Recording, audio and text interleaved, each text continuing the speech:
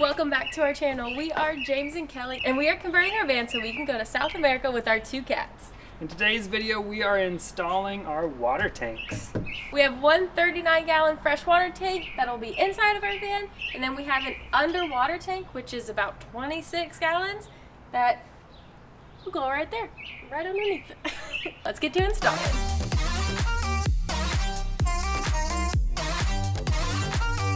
It's finally time to install our gigantic water tanks. We have a 39-gallon freshwater tank that's going to fit right over our wheel well, and a 26-gallon gray water tank that is actually going to be installed underneath our van. We decided to go with the 39-gallon wheel well because it was one of 2 options to fit over the ProMaster wheel well. And we decided might as well get as much fresh water as we could that is going to keep us on the road longer without having to rely on stopping and refilling our tank.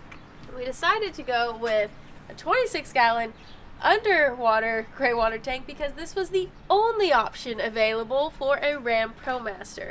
If you have a Ford or Mercedes, it seems that there are a lot more options available for getting Undermount gray water tanks, but for the ProMaster, we have one option.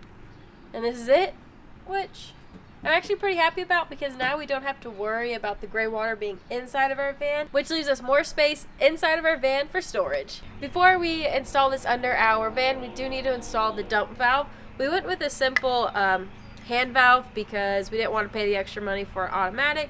Maybe down the line we feel like we need to, but we're going to stick with the cheaper part first.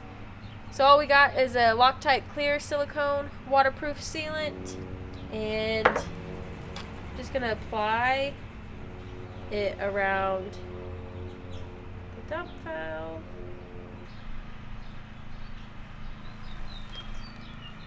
So I made 2 lines for the silicone, probably an overkill, but we just want to make sure this is sealed as best as we can. And this is actually going up into the van, so this is the top part. So thinking of this is up, we want this to be facing towards the ground. Just gonna push it in. Katie. I think I got it in. This bad boy's in, and now I'm going to use this piece right here to tighten it up. It's locked in there using some Loctite silicone. And now how this works is once it's installed up top, we're ready to dump it. We just open this up, attach a hose or something that we want, and then pull it. All that gray water, nasty water is going to come out. Done. Shut it. Lock it up. And our gray water is secure.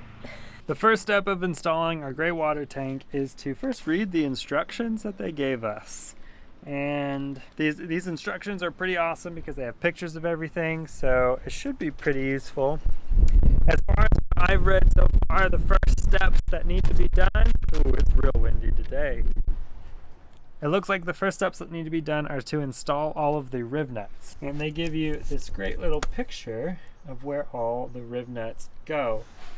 And it looks like there's 2 specific spots, this number 2 spot and this number 5 spot, where we'll need to break out a drill and either make a hole for number 5 or just widen it for number 2.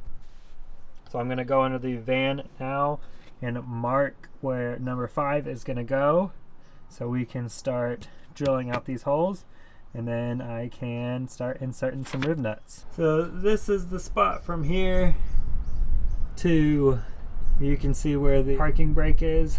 This is where gray water tank will sit, and right up here is where I need to mark the hole. So I took the bracket and I marked the hole for this one. It's up at the front. It's right next to this bracket. And then down here, I believe it'll be this hole right here that I need to expand. And then it also says that here's this little bracket that's holding up the wire for the emergency brake. I need to take out this bolt, and they gave us a new longer bolt to put in here because the bracket's going to slide and go right underneath this. So another thing that we have to do is for the brackets that came, they actually came unpainted. We bought the unpainted version. You can spend $40 more to get them powdered black, which will protect them from rust, but we did not do that because we can just paint them ourselves. So I brought them down to my basement today because it is extremely windy and just around 50 degrees. Not perfect spray painting weather. To spray paint them, I've just got the first coat of primer on the tops, and then we're going to spray paint them with some black Rust-Oleum before we install them. I've got my drill ready. I'm starting with a 1/4 inch drill bit in it, and it says to use a cone bit or a step-up bit to take it to 7/16. And unfortunately I don't have that, and the closest drill bit size I have is a 3/8. So I'm gonna start with this 1/4 inch bit and put in the 3/8 and then kind of just work the whole little bit so I can try to fit this 5/16 rivnut into the hole. Might have to use a little bit of force to get it in, but I think I should be okay. So time to head under the van and drill some holes. Whenever you're drilling up, you know, you're gonna have all these metal shards falling down onto you, so you need something to cover your eyes so you don't get any metal in it. You do have to press pretty hard because if you're not pressing hard, then the bit will just dance around on the metal. You want to make sure that you're going pretty straight up. Forgot to set to drilling. Okay. Now time for the bigger 3/8 bit. Another thing when using these types of drill bits on the metal is once it bites in, it wants to go in really fast, so you really have to be careful about not punching into your van. What I like to do is kind of start it up first and then go into it. Now it's time to get this hole to fit this, and you can see it's pretty far off. It's a whole 16 off on every side. So I'm gonna try to use the 3/8 bit to kind of work the metal around and see if I can get this to fit in.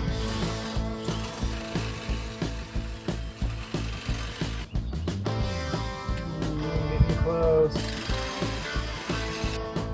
Hey, and we're in. Okay, so I'm gonna go get a file real quick to get rid of all of these metal, and then we're going to primer that spot. But before we do that as well, I want to widen the hole on this side. So it is this hole right here, and this metal is actually pretty thick.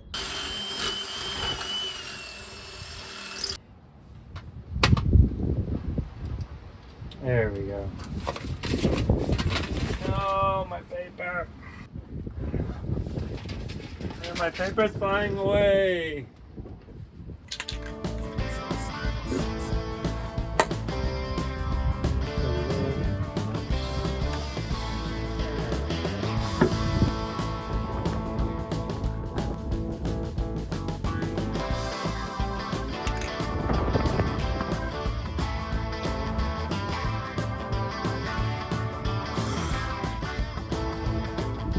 Now we can put the rest of the rivnuts in. Luckily the rest of them have factory holes that they can just fit in. So according to my map, the next one is right here.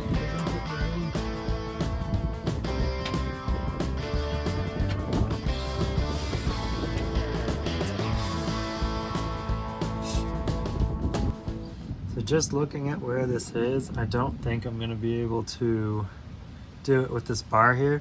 So I'll need to take off this, which is actually, I'll need to take off anyways. So I'm going to take it off and hopefully be able to move this brake line a little bit more to the side so I can access that better. So we have found out that a size 13 millimeter fits. So I'm just going to take this bolt off.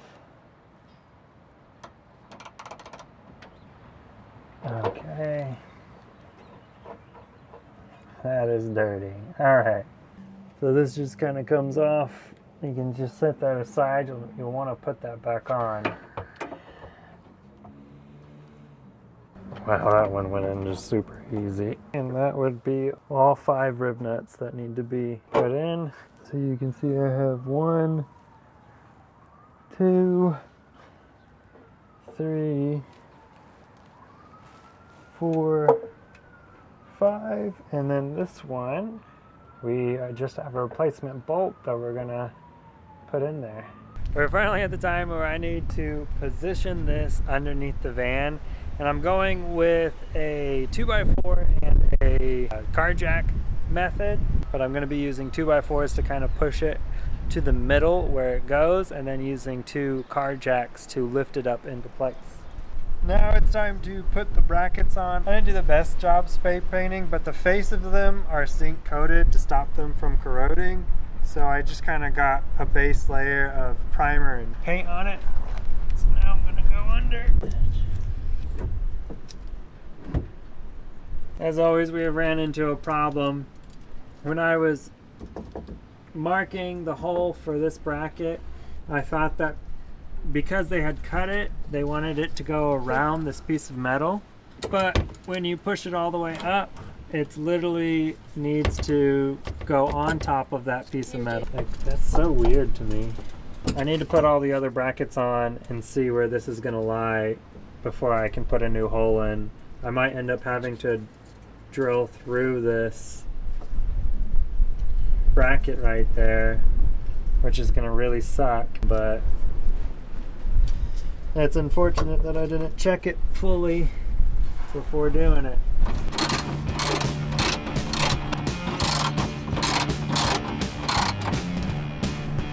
Okay. You're putting on this back piece here. Don't forget to put on this metal rod that is holding up your parking brake. I've gotten these 2 sides up, and I am right that this hole will not work for it. It is going to go over this metal piece, so I need to drill a new hole, which sucks, but I should be able to leave this up here while I drill the new hole. I need a Sharpie.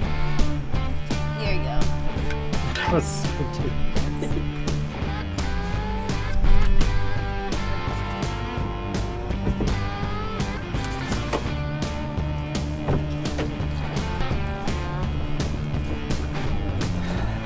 I went back through, and as you can see, I had to remake a hole right here. This rivnut just would not get to the spot that I needed it to be. I re-drilled a hole, put in a new rivnut, and now we are secured right here.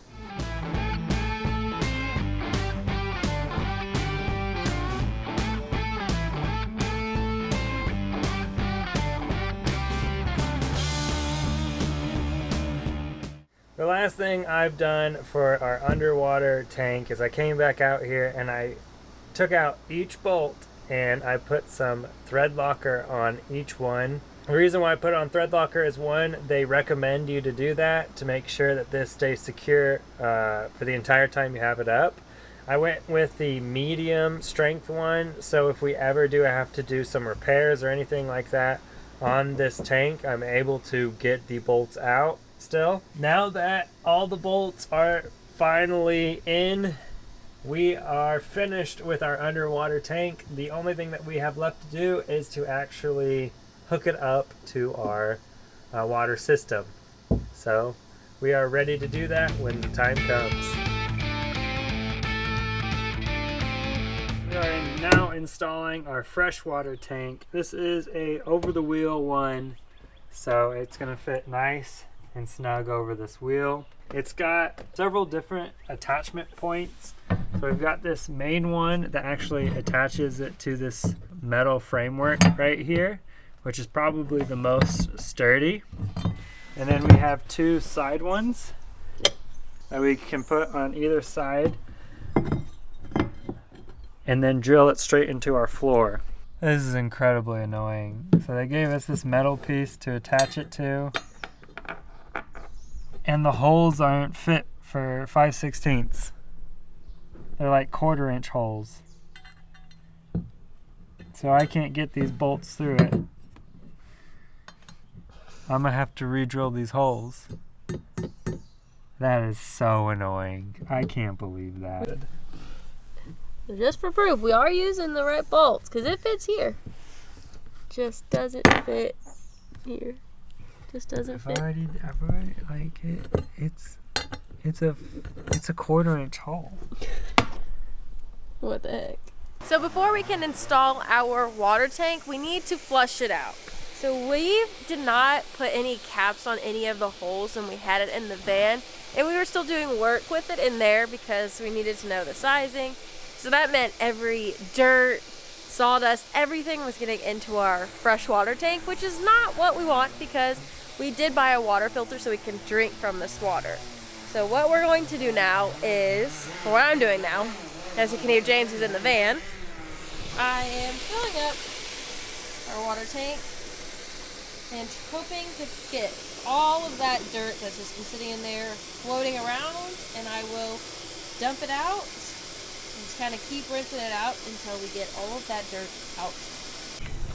Also, a few days ago when we tried to install the tank the first time, we were like, the thing they gave us, the bolts didn't fit in. They sent us a new one with, bigger holes, but they never sealed them. So James just went through and spray painted them with our Rust-Oleum spray paint, which is just annoying because we could have done it ourselves. Yeah, we could have just made the holes and installed it the day that we realized that we had the wrong hole sizes. We only contacted them just to get that powder coating on the holes. Pretty annoying. Okay. Boom. Now that we finally have the new piece and I've spray painted it, it's time to install it. And this piece is the main bracket that will hold our freshwater tank on the van. And it'll probably be the most sturdy since it's secured directly to a metal support.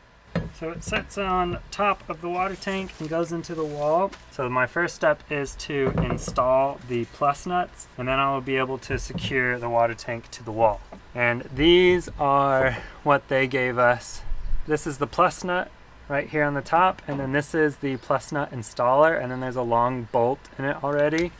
I'll take it apart to show you. So we've got our long bolt that comes with the kit, this plus nut, they call it an activator, and then our plus nut. So how this works is you take your activator, and I think you want this grip side to go against the plus nut to stop the plus nut from spinning. You put the activator on, so the grip side away from the bolt head, and then you spin the plus nut on until it's nice and tight. And now I can work on installing it. So I picked the position that I want, and then I'm gonna need two tools. I'm gonna need something to tighten the bolt, and then I also need something to hold the activator. I've got a 7/8 wrench here that fits perfectly around the activator, so I can hold it with this. But once it's right where you want it to be, you can attach your thing to tighten the bolt. Oh, it's not that bad.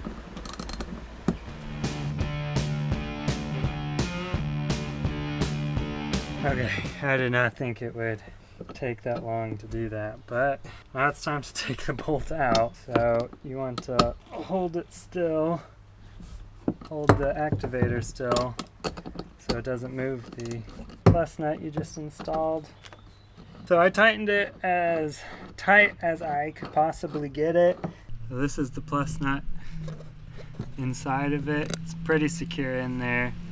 I tried to get it to as top part as I could, but as I was tightening it, it was slowly slipping down. Hopefully that's still in a good enough position to get a bolt in it. And you can also see that you might not be able to see it in the camera, but as I was tightening it, I was bending the metal a little bit, so it's actually facing a little bit up instead of just straight in.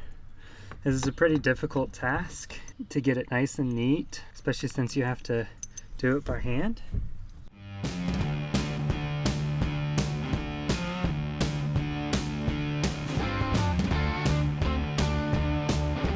So I did not trust my hand tightening, so I went and got my drill to give it some more tightening.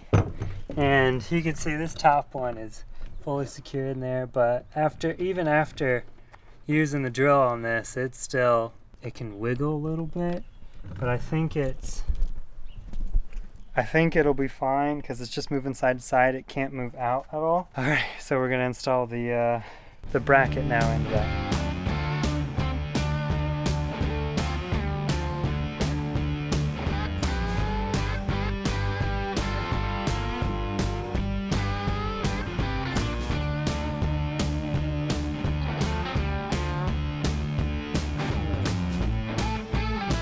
So finally got these in. They're pretty difficult to tighten. Like the plus nuts were not that easy to install, and especially to get them into the right place using your hands. It's pretty tight on the metal, but you can still move the tank side to side a little bit. So I definitely think we'll have to install those side supports as well into our subfloor. Now that James has pre-installed the support system for the tank, I'm going to clean it out. So we've already rinsed it one time with just water several times, swishing around. But now we're going through with some bleach. It says online to use a quarter of a cup of bleach per 15 gallons. So I'm only doing half a cup, just because it's a 39-gallon tank and I don't want to do too much. Let the bleach. Now to attach our hose.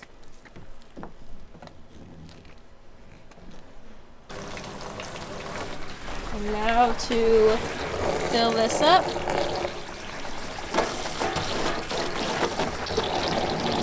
Make sure to leave at least one air hole for the pressure to be released. I forgot to do that.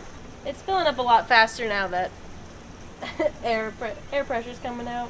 Before we fully commit to putting our water tank in, we want to go ahead and put all the reflectics on all the metal pieces, because we don't want to waste any of this on this side, and we don't think we're going to have a backing back here just yet.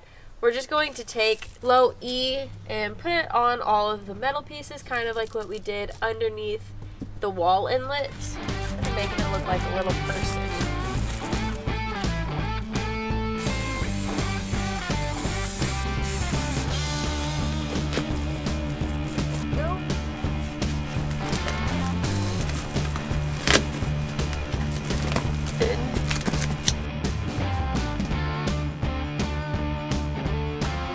Now we're securing the bottom of the water tank, and I've got these sheet metal screws that are pretty thick that I can put a washer around, and then they'll just kind of drill into the wood. We're not going to bolt through our metal floor. We're just going to go into our subfloor, and I think that's strong enough. They say that just that top piece is strong enough to hold the water tank in place, but when this tank is fully full, it's going to be about 300 pounds, so we'd like some extra support.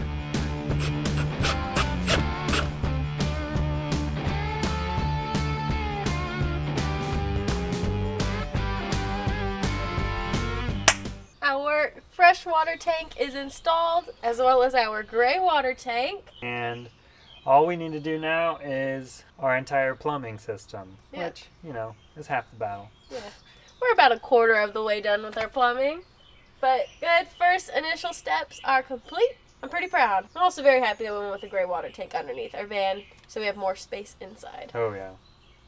Even though it was expensive, I think it's going to be worth it. Alright, on to our next task. We are now one step closer to being able to have water inside of our van. We still need to do plumbing, but that will be coming in a later video, so make sure you subscribe to our channel to check out our entire van build. And everyone give James a round of applause. Thanks. Because he did both the freshwater and the gray water tank install. So thanks so much for watching, and we'll see you in the next one. See ya. Bye.